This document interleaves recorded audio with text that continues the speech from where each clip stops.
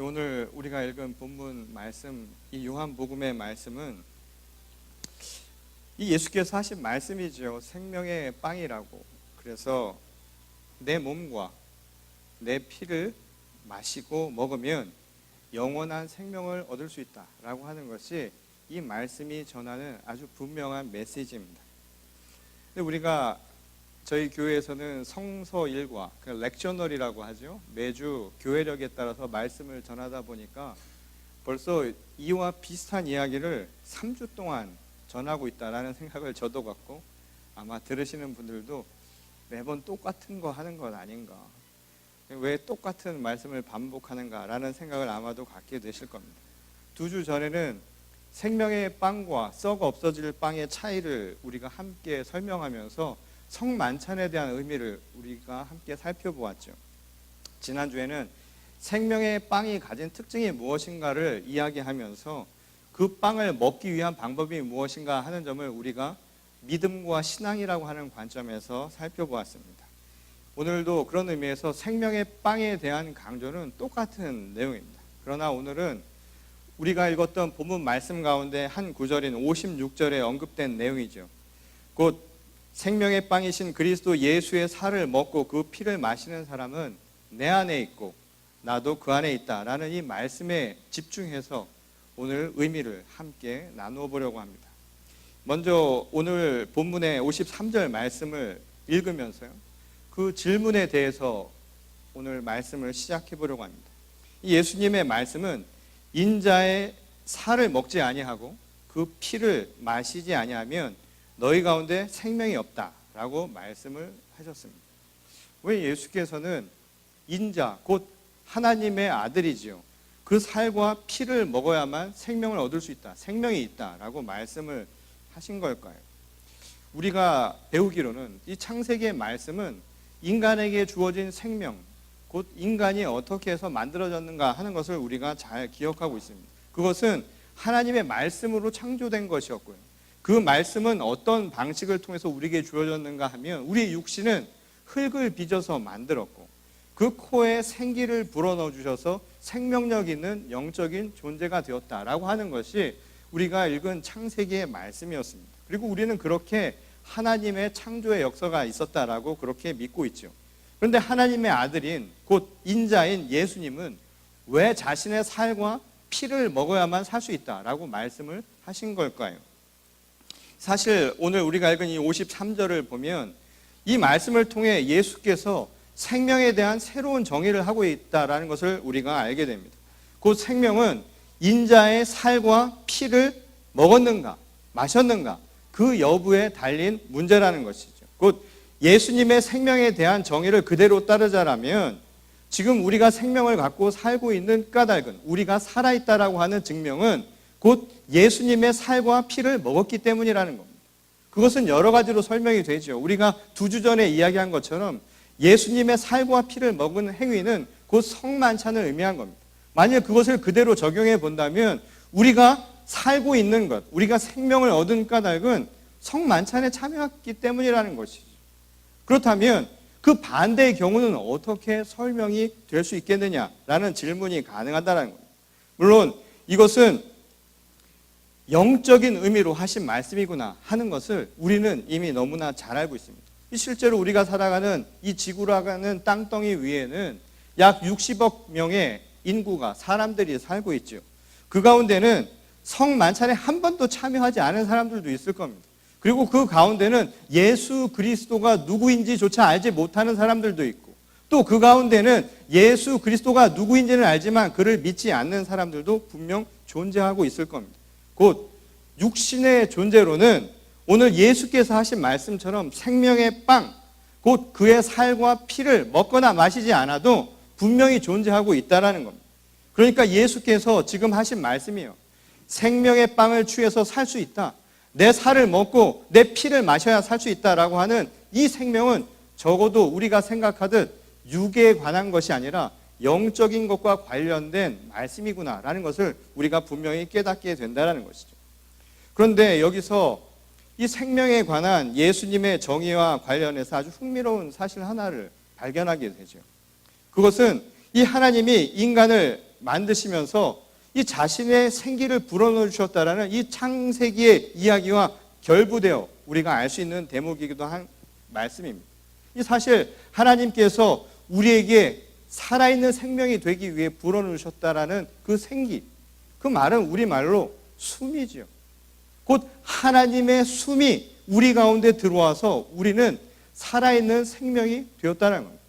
그래서 그 숨을 마시고 먹으면 우리는 살지만 그것이 나가서 다시 들어오지 않으면 결국 인간의 육신은 살아도 살 수가 없는 것뿐만 아니라 더 이상 존재하기 어렵다는 것입니다. 다시 말해서 인간의 몸은 하나님의 숨을 먹고 마시며 살고 있다라는 이야기가 된다는 겁니다. 그런 의미로 생각을 해보면 요한은 공교롭게도 이것을 바로 그 말씀의 비유에서 하고 있는 것이 아닌가 하는 착각이 들 정도로 우리에게 중요한 비유의 말씀을 전하고 있다는 것이죠. 곧 예수님이 하셨던 말씀, 내가 곧 생명의 빵이고 나의 살을 먹고 나의 피를 마셔야 살 수 있다라고 하는 이 말씀은 곧 하나님이 우리에게 주신 그 생명과 똑같이 적용해서 할 수 있는, 받아들일 수 있는 말씀이었다는 겁니다. 곧 하나님의 숨을 먹고 마셔야 우리의 몸이 사는 것처럼 예수님의 살과 피를 먹고 마시는 행위를 통해서 우리도 살 수 있다는 것으로 요한은 이야기하고 있다는 것이죠. 이 실제로 요한복음 1장 14절을 보면 요한은 특별한 비유를 통해서 예수님을 우리에게 전하고 있지요. 1장 14절의 말씀은 하나님의 말씀이 곧 육신의 옷을 입고 이 땅에 오신 분, 그분이 곧 예수님이다 라고 이야기를 합니다. 또 생명을 빛이라고 표현을 하면서 참 빛이 곧 예수님이다 라고 하는 아주 시적이고 문학적인 표현, 비유적인 표현을 사용하고 있다는 겁니다. 실제로 오늘 본문 말씀 55절을 보면 예수님의 살과 피를 참 양식, 참 음료라고 표현을 하고 있다는 겁니다. 실제로 이러한 표현들은 이 당시 믿지 않는 사람들에게는 도전이 되고 또 그들이 그리스도인들, 곧 교회라고 하는 것을 의심하는 계기를 마련해주는 그런 말씀이기도 했죠. 왜냐하면 당시 살과 피를 나눈다고 해서 바깥에서 그것을 듣고 있었던 많은 사람들은 이들이 식인의 풍습을 갖고 있는 것은 아닌가, 이 예전처럼 이교도의 모습을 갖고 있는 것은 아닌가 의심했다라는 이야기가 나올 정도였다고 하니 이것이 갖는 의미가 무엇인가를 우리가 다시 한번 깊이 생각해 보아야 할 부분이기도 하다는 것. 그럼에도 불구하고 요한은 예수 그리스도의 이 말씀을 전할 때 우리에게 아주 비유적인 표현, 곧 하나님의 숨이 우리의 몸속에 머물러야 살고 있고 마셔야 살 수 있는 것처럼 예수 그리스도의 살을 먹고 그 피를 마시는 것이 우리를 살게 하는 힘이라고 그렇게 전하고 있었다는 것. 그런데 이것이 단순히 비유적인 표현이기만 했을까요? 이 사실 예수께서는 이 자신의 살과 피를 통해서 살 수 있다라고 하신 이 말씀은 우리에게 단순히 비유적으로 표현하신 것이 아니라 실제로 그렇게 살아야 한다는 것을 우리에게 말씀하고 있었다는 겁니다. 곧 삶의 궁극적인 목적이 무엇인가 하는 것을 분명하게 우리에게 제시하고자 했다는 것이죠. 예컨대 밥을 먹으면 사람은 밥으로 말미암아 살 수 있습니다. 그와 마찬가지로 예수님의 살과 피를 먹으면 예수님의 살과 피로 말미암아 우리가 살게 된다는 것이죠. 하나님의 숨을 먹고 마셔서 우리의 몸이 살 수 있는 것처럼 생명의 빵이신 예수님을 먹을 때, 곧 육으로 오신 하나님의 말씀을 먹을 때 우리가 살아갈 수 있다는 것을 분명하게 얘기해주고 있다는 거죠. 이것은 단순히 비유적인 표현이 아니라는 겁니다. 이것은 우리 웨슬리 전통 속에 있는 연합 감리 교회의 중요한 신학적인 강조점이기도 하죠. 우리가 알고 있는 2000년 동안 교회는 수많은 교리들을 만들어냈습니다. 교리와 신앙 강령, 신앙 고백과 같은 것으로 많은 것들이 나타났지요. 종교 개혁을 통해서 칼뱅과 같은 사람들이 새로운 교리를 만들어내기도 했습니다. 그래서 우리는 하나님이 누구이고 예수님이 누구이고 성령이 누구이고 삼위일체가 어떤 분이고 성경이 어떤 의미고 교회가 어떤 의미인가 우리는 교회를 다니면서 다 배웠다라는 거예요.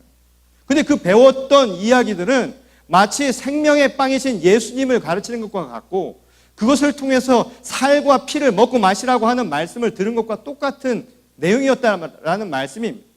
그런데 중요한 것은 그게 아니라는 거예요. 이 웨슬리의 강조점은 바로 실천적인 경건성, 곧 practical divinity라고 하는 것에 핵심이 있습니다. 그것은 무엇이냐면 그 많은 교리들, 우리가 알고 있었던 그 수많은 비유적 표현들, 그것을 행하라는 거예요. 지금 교회가 힘든 것, 우리가 하나님의 자녀로 살지 못하는 것, 우리가 이 땅에 하나님의 나라를 여전히 이루지 못하는 이유는 몰라서가 아니라는 거예요. 이 비유적 표현을 몰라서가 아니라는 거예요. 이 성경 속에 나오는 이 말씀의 의미를 모르는 사람이 없다 이 말인 거예요. 다 알고 있다 이 말인 것이죠. 중요한 것은 그렇게 살지 않는다는 거예요. 곧 이 말씀을 하신 예수님도 마찬가지예요. 먹고 마시라는 겁니다. 그 힘으로 살라는 거예요. 그것으로 행하며 살라는 거예요. 오늘 내가 배운 것, 내가 지금 설교를 통해서 말씀을 여러분 먹고 계시잖아요. 먹는 행위는 그냥 머릿속으로 들어가서 그치는 것이 아니라 그것이 내 힘이 되어서 일주일 동안 그 말씀으로 살아가야 한다 이 말씀인 겁니다. 예수께서 오늘 우리에게 하신 말씀도 바로 이와 똑같은 것이었다라는 것이죠. 오늘 본 말씀 57절에 보면 예수께서 이런 말씀을 하셨어요. 내가 아버지 때문에 사는 것과 같이 너희도 나로 인해 사는 것이라고요. 예수께서는 아버지의 뜻 가운데 사셨죠. 예수께서 이 땅에 오신 것은 오직 한 가지 목적이었습니다. 그것은 그 아버지가 우리를 이처럼 사랑하셔서 그의 독생자를 보내셔서 우리를 구원하기 위한 목적이었죠. 우리를 살리기 위한 목적 하나 때문에 그 뜻을 가지고 와서 사셨다는 겁니다. 그러니 예수님이 살았던 삶의 모든 모습은 하나님의 말씀을 먹고 그대로 사신 것이었다는 거예요.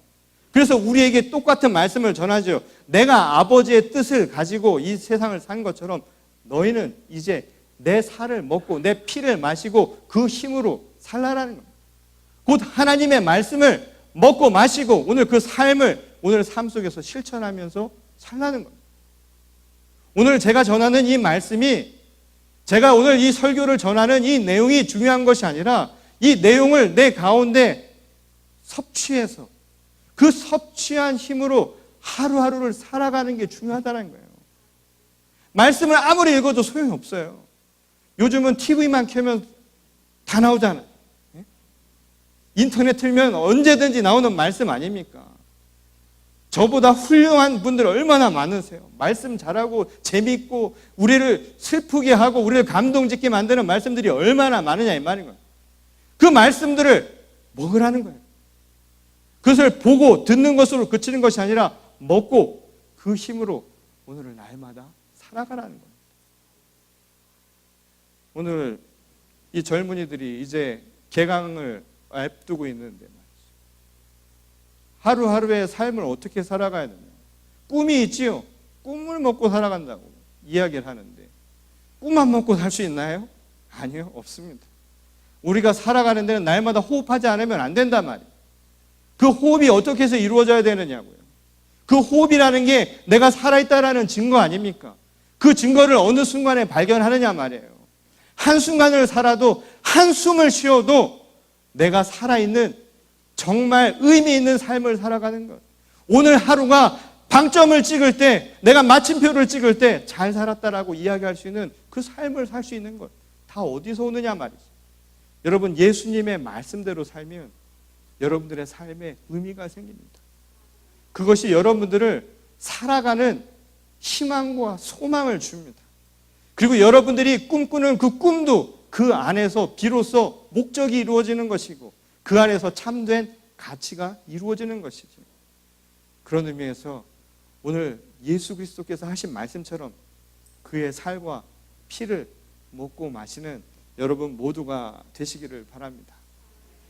예수께서 우리에게 말씀하신 것처럼 이 땅에 내가 아버지의 뜻을 안고 그 뜻대로 산 것처럼 너희도 그 뜻대로 살아가는 것.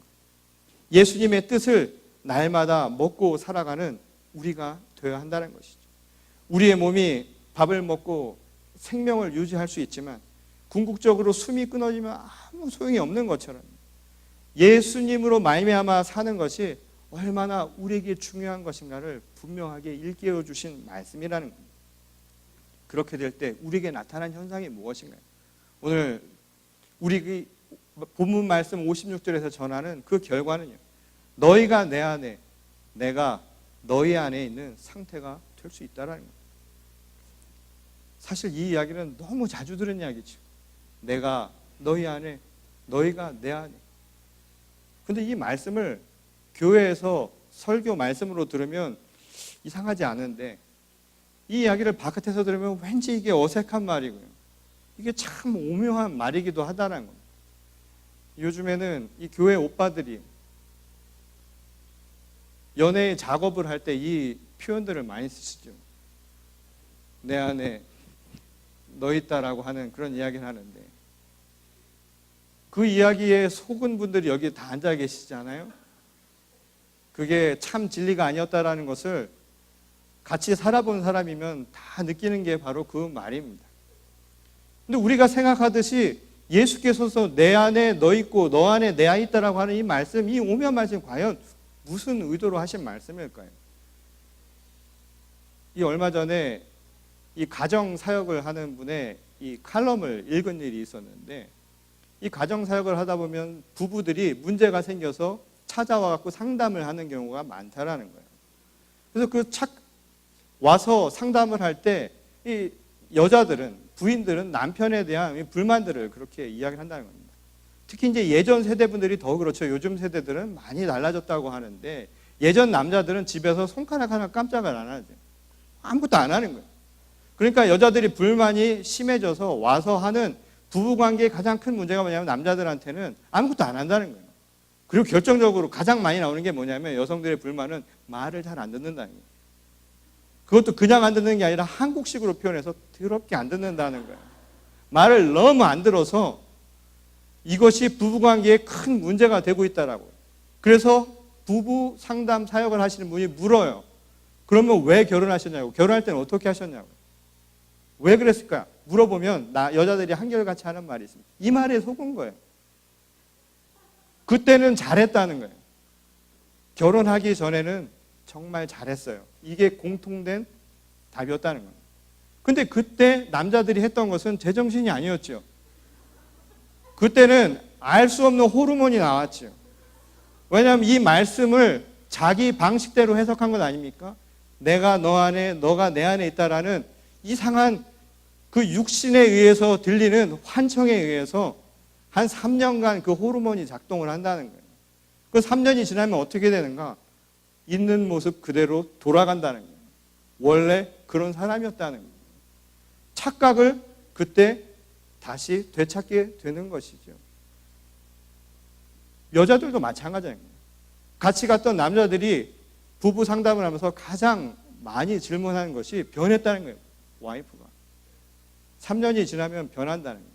그리고 참 재미있는 조사 가운데 하나가, 남자들이 가장 많이 하는 이야기가, 여자들이 그렇게 밥을 많이 먹는 줄 몰랐다는 거예요. 그래서 그렇게 힘이 좋은 줄은 정말 몰랐다는 거예요. 이게 남자들이 공통적으로 불평, 불만으로 늘어놓는 이야기 가운데 실제 내용 중에 하나라는 겁니다. 그래서 그 이야기를 하는 까닭이 뭘까요? 그래서 똑같은 질문을 하는 것이죠. 어떻게 해서 결혼을 하게 되느냐. 남자한테 물어보면 결혼할 때 이유는 뭘까요? 시대를 막론하고 동서양을 막론하고 남자들에게 똑같은 결혼의 이유는 한 가지죠. 예뻐서입니다. 보기에 예뻐서. 하나님은 외모를 보시지 아니하시고 중심을 보신다 하셨는데, 여전히 남자들은 동서양을 막론하고 동서고금을 막론하고 예쁘다라는 그 이유 하나 때문에 결혼을 했다라는 거예요. 그런데 그 착각이 어떻게 생겨납니까? 3년이 지나면, 3년도 안 걸리죠, 사실은. 그것이 다 분장의 효과였고, 그게 실제가 아니었고, 그리고 그때 나한테 안기는 듯 연약한 듯 했던 것들이 이 말씀을 잘못 이해한 결과였구나. 마치 내 안에 안기듯, 내 품에 안기듯 했던 그 착각 속에서 나온 결과라는 것이. 우리가 세상을 살아가면서 인간 관계 속에서 이 말씀을 이해하려고 한다면, 그래서 이해가 잘 안 되는 말씀이라는 거예요. 어떻게 상대방이 내 안에 들어올 수 있습니까? 그거 속아서는 안 됩니다. 그래서 일본 말도 있죠. 쿠라마스.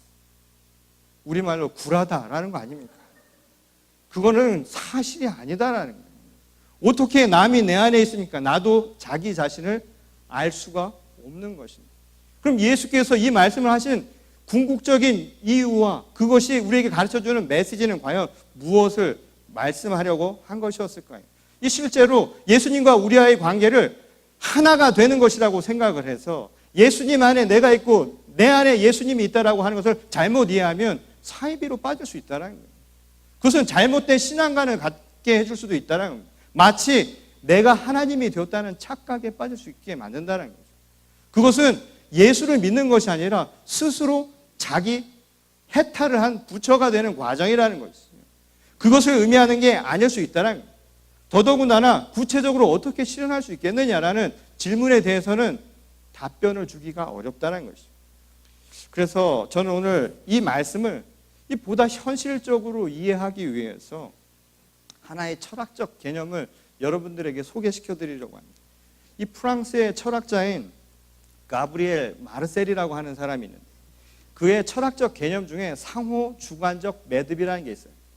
인간의 상호주관적인 매듭이라고 하는 그 개념이 이것을 설명하는, 특히 사랑이라고 하는 것을 설명하는 중요한 개념이 될 수 있다는 겁니다. 근데 그 사람에 따르면 세상은 아주 간단해요.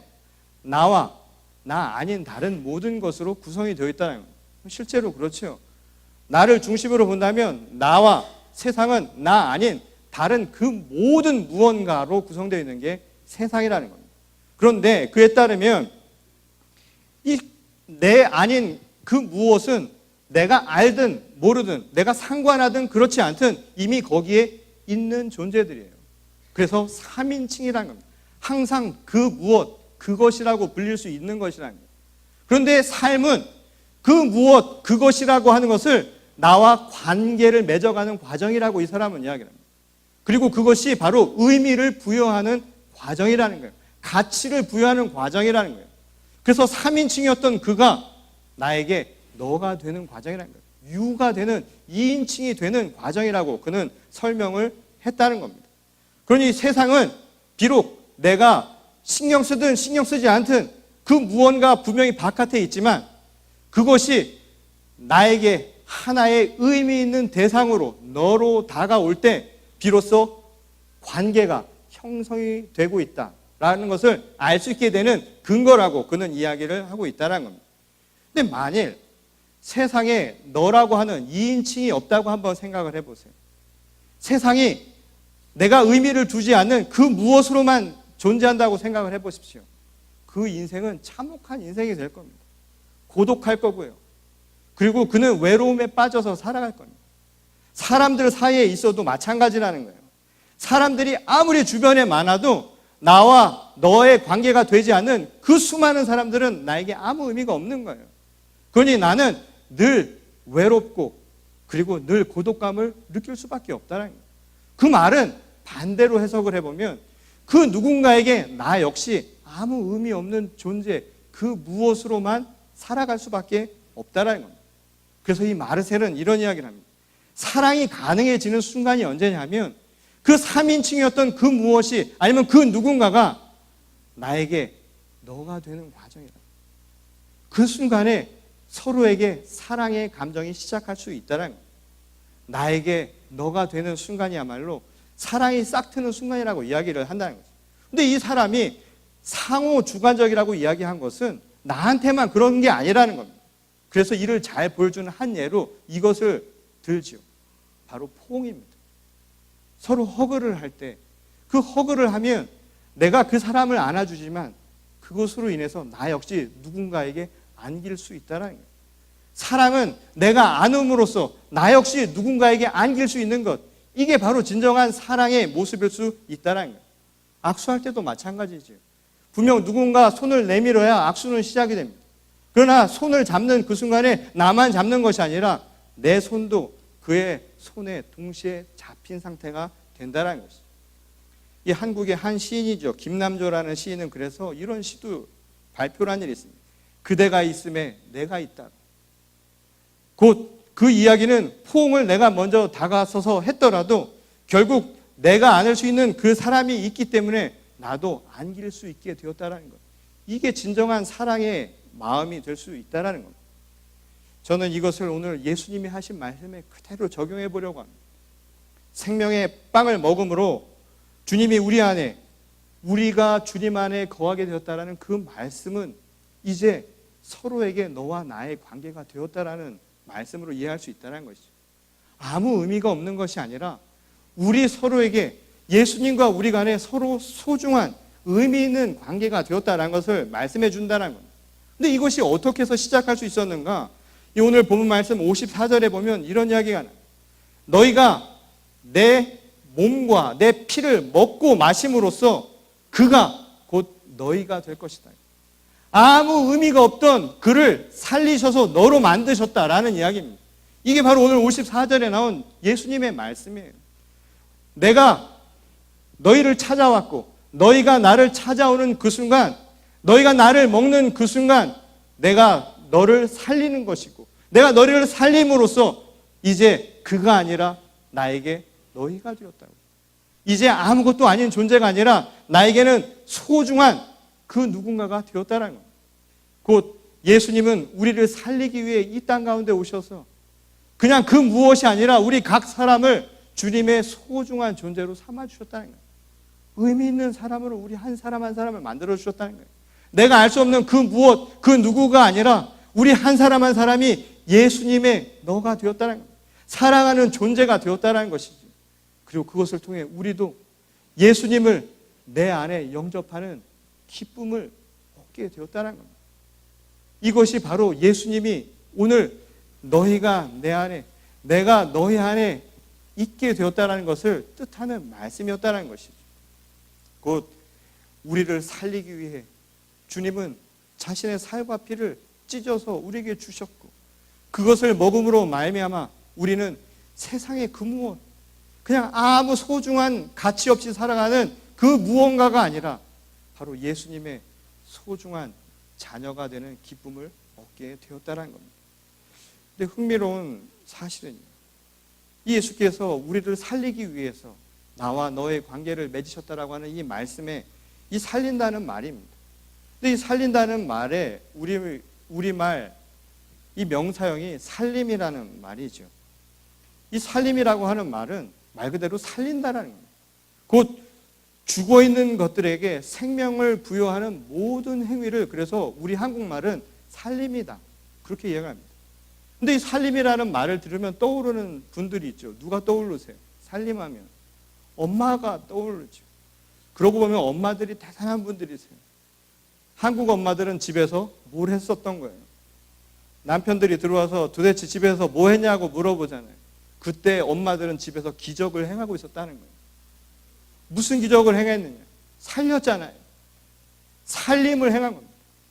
가구들, 생명 없는 가구를 쓸고 닦아서요, 아름다운 장식품으로 살려놓은 겁니다. 그리고 죽어가는 채소와 과일들을 깨끗이 씻어서 먹을 수 있는 맛있는 음식으로 살려놓은 것, 이게 살림이었죠. 말 안 듣는 애들 다 일러갖고 사람답게 나가서 잘 클 수 있도록 양육하는 것, 그게 살림이죠. 말 정말 안 듣는 남편 구슬리고 달래서 그래도 세상 나가가지고 기죽지 말고 살라고 다독이는 것, 이게 살림이었다 이 말인 겁니다. 그런데 그때 이 살림을 통해서 살아난 모든 것들, 그걸 뭐라고 이야기하는 줄 아십니까? 우리말에 살림살이라고 합니다. 그래서 예전에는 결혼식 하기 전에 혼수 장만하는 것을 살림살이 장만한다고 했죠. 살림살이는 살아있는 게 아니에요. 살림살이는 그 자체로는 죽어있는 그 무엇입니다. 내가 아닌 그 모든 무엇이 우리를 세상 가운데 하나로 만드는 바로 살림살이, 또 다른 그 무엇이었다 이 말인 거예요. 그런데 엄마들의 살림을 통해서 그 살림살이가 생명을 얻고 살아가지요.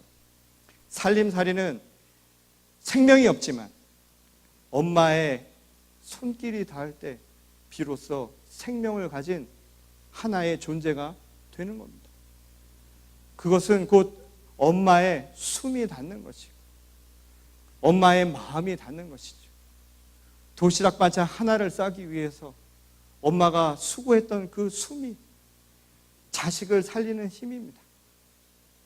지금 이 먼 곳에 공부하러 온 자녀들, 지금 엄마가 집에서 순간순간 여러분들을 생각하면서 살림하는 그 하나하나가 여러분들을 살리는 힘입니다. 근데 더 무서운 힘은 뭔지 아십니까? 여러분들을 위해서 지금도 날마다 기도하는 거예요. 내 자식을 위해서 그 골방에서 눈물을 흘리며 기도하는 그 기도가 죽어 있는 우리 한 사람 한 사람을 살리는 힘이 된다는 것이죠. 오늘 세상의 그 무엇과 같은 아무것도 아닌 혼돈과 같은 이 땅에 하나님의 숨이, 하나님의 손길이 닿아서 하나님의 살림의 능력으로 오늘 그 기적으로 오늘 우리는 생명을 얻었습니다. 오늘 그리스도 예수께서 똑같이 말씀을 하시죠. 하나님의 숨이 육신이 되어서 오늘 우리에게 온 바로 예수님의 살과 피를 먹음으로 오늘 우리가 살 수 있다는 겁니다. 그것을 통해서 이 땅에 아무 의미 없는 존재로 살아가는 것이 아니라 참된 하나님의 자녀로 살아갈 수 있는 기쁨을 얻게 된다는 것이죠. 오늘 살림의 기적, 그것은 저 멀리서 이루어지는 것이 아닙니다. 오늘 우리를 안아주심으로 내가 너희 안에 그리고 너희가 내 안에 함께 하는 듯한 생명의 기쁨을 주신다는 예수님, 그 시작은 우리가 가서 먼저 주님의 살과 피를 먹는 것입니다. 오늘 예수님의 말씀을 그냥 듣고 가시지 마시기 바랍니다. 오늘 예수님의 말씀을 듣고 오늘 그것을 내 안에 섭취하여서 오늘 그 말씀대로 하루를 살아가는 주님의 거룩한 자녀들이 되시기를 소망합니다. 그리하여서 살림의 기적을 여러분들의 삶을 통해서 각자가 증거할 수 있기를 주님의 이름으로 간절히 축원합니다. 우리 다 같이 기도하겠습니다. 하나님 감사합니다. 오늘도 주 안에서 살게 하시니 감사를 드립니다. 저희가 주 안에 살고 있듯이 주님도 저희 안에 살고 계신 줄을 믿습니다. 그것은 내가 주님의 말씀을 먹음으로써 이루어지는 것임을 저희가 깨달았습니다. 생명의 양식인 주님의 살과 피를 오늘도 먹고 마시는 주의 거룩한 자녀가 되게 하여 주시옵소서. 이 땅에 헛된 썩어 없어질 빵을 구하기보다 먼저 하나님의 생명의 빵을 먼저 취하여 그것을 먹고 마심으로 살 수 있는 능력을 얻게 하여 주시옵소서. 하나님, 살림의 기적을 저희들이 믿습니다. 하나님의 숨이 우리 가운데 닿아서 우리가 살 수 있었던 것처럼 오늘 주님이 우리 가운데 오셔서 또 다른 새 생명을 얻은 줄 믿습니다. 또한 더불어 우리 서로도 서로를 살리는 기적을 행하기를 소원합니다.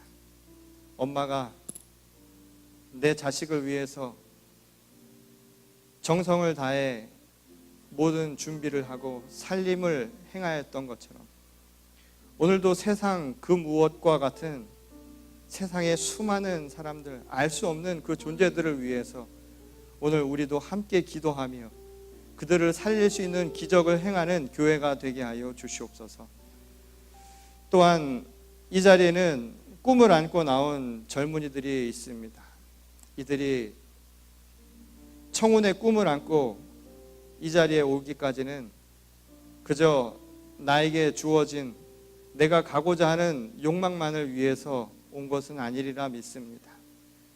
비록 내가 어떤 자리에 오르고 어떤 것을 성취할지라도 그 목적과 의미는 하나님의 말씀에서 주신 것처럼 누군가를 살리기 위한 목적이 되게 하여 주시옵소서.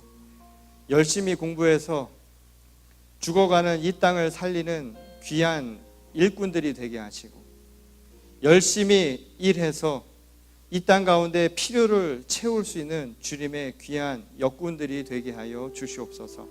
그리하여서 이 땅에 하나님이 주신 우리 모두가 너와 나 서로가 함께 하는 것처럼 서로를 살리는 기적들을 베풀고 행하는 주의 거룩한 성도들로 저희 모두를 삼아 주시옵소서. 오늘 이 시간 하나님 앞에 간구합니다. 우리가 받은 모든 생명의 말씀을 오늘 먹고 마실 때 그 힘으로 말미암아 세상을 살아갈 수 있도록 저희들을 결단하고 돌아가게 하여 주시옵소서. 오늘 믿음의 신앙 고백을 행하는 모든 이들 한 사람 한 사람 심령 위에 하늘의 복을 베풀어 주실 줄 믿사오며 거룩하신 예수님의 이름으로 기도드렸습니다. 아멘.